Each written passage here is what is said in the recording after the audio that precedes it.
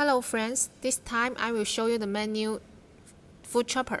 When you receive the goods, the brown box will like this, which has 4 size ultra high definition pictures. Let's open the brown box.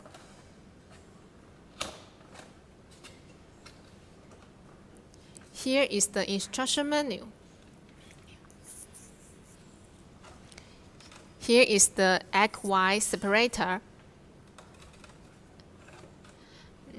And here is the handle.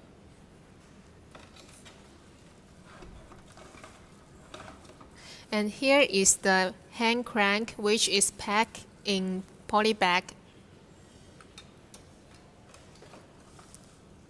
And here is the main body, which is packed in poly bag too. Now take away the poly bag, you can see the main body. And here is the lid. And here is the braid, which is in the bowl. It's very easy to assemble this product. You just need to put the lid onto the bowl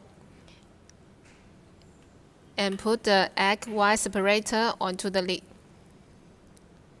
Then assemble the hand crank.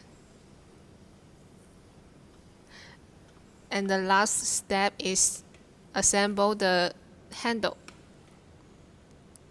And the product is finished well.